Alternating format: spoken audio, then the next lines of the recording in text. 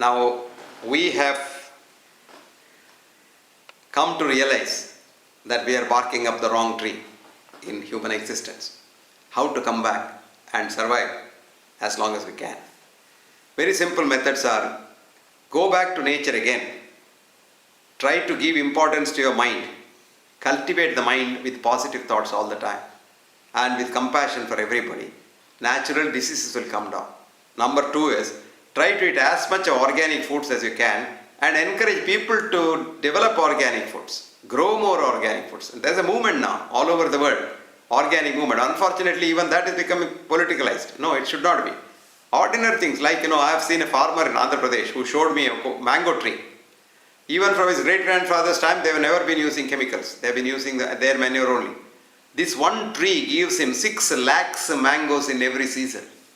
And he has now put 10 lakhs as a price for anybody, anywhere in India, using any chemical. If he can grow more than 6 lakhs mangoes in one tree, he will give the 10 lakhs to him.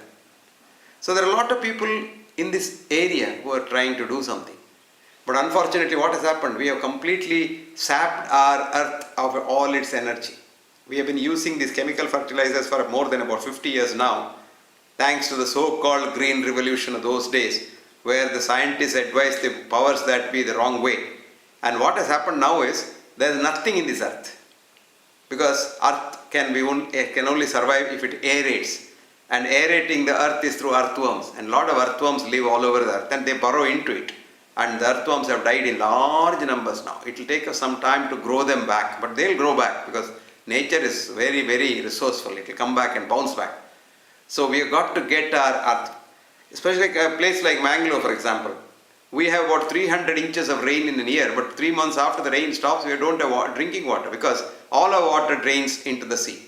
And we don't do water culturing. And water culturing and water management, if you do that in the coastal area, it's very nice because along with the water, the surface topsoil is also taken to the sea.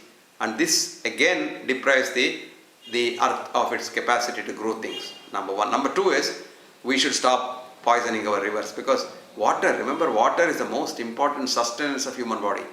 98% of the molecules of the human body are water, and by weight, 75% of human body is water. Which means water is a sustainer, water is the main thing. And very interestingly, recent research into the structure of water has shown, led by Professor Rustom Roy, late Professor Rustom Roy, and Kaplan in London, what they have found is water has life, water has memory, and water has fascinating things. And water does not follow the scientific rules. If you observe the water going up the tree trunk from the root, it's a fascinating thing. We say it's capillary pressure. It's not capillary pressure. Actually, it flows. When you really magnify the thing and see, water really flows up the tree against gravity. There are a lot of things, of course, flowing against gravity. For example, liquid helium. You keep liquid helium at the bottom of a vessel and keep it on the table. After some time, the helium starts creeping up the side and falling out. So this is fascinating. You keep liquid helium in a porcelain vessel, hang it on top. After a couple of days, it comes through the pores and leaks out. So our science is so stupid and so, we are very arrogant about science. But in fact, the truth is, science is just one of those things, another establishment like religion, which was started in the West to control the colonies and keep them under control and to produce what are called the weapons of mass destruction. Look at now Chernobyl, the effect of Chernobyl. But very interestingly, I must tell you a story.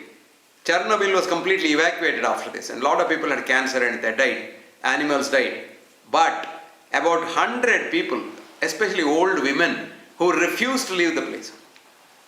And they said, we would much rather live here than go somewhere else because this is our land. We love our land. Very interesting. Now after 20 years of Chernobyl, a lot of those people who are migrated out, they died of cancer. These ladies are still there.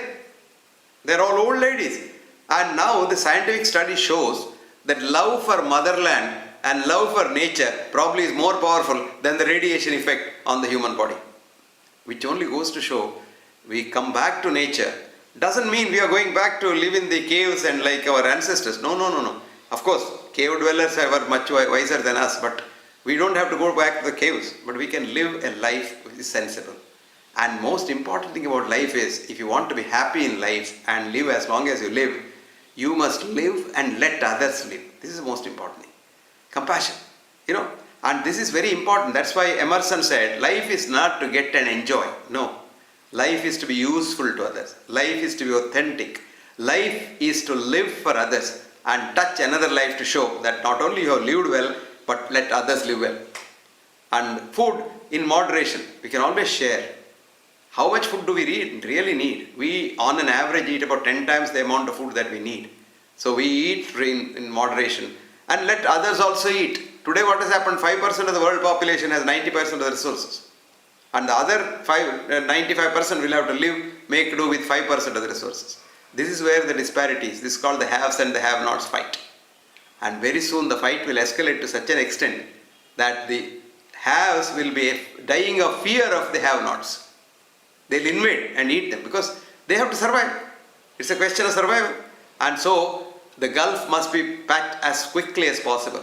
I don't understand why man has become so greedy that he couldn't care less for others and goes on amassing wealth by all illegal means. Little does he realize that sooner than later this will catch up with him.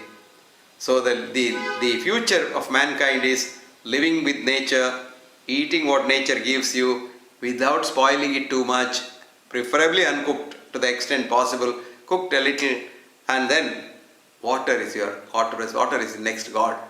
And you will be surprised. I can predict this. If there is a third world war, it will be for water and not for oil. And next, already water is being sold. Can you imagine that today we are paying 12 rupees for a bottle of water which nature is giving to you? Which means very soon, sooner than later, you will have to pay money for the oxygen that you breathe. Even today there are oxygen clubs in Europe. You go in, pay some money, breathe oxygen and come out because the atmospheric oxygen is almost depleted. And we have got so many industries to pollute the thing, and we have polluted the air, water and soil. So all this has to reverse, and mankind has to see before the writing on the wall, before it does final ultimate damage. So Godspeed, good luck for mankind. Let man live happily ever after.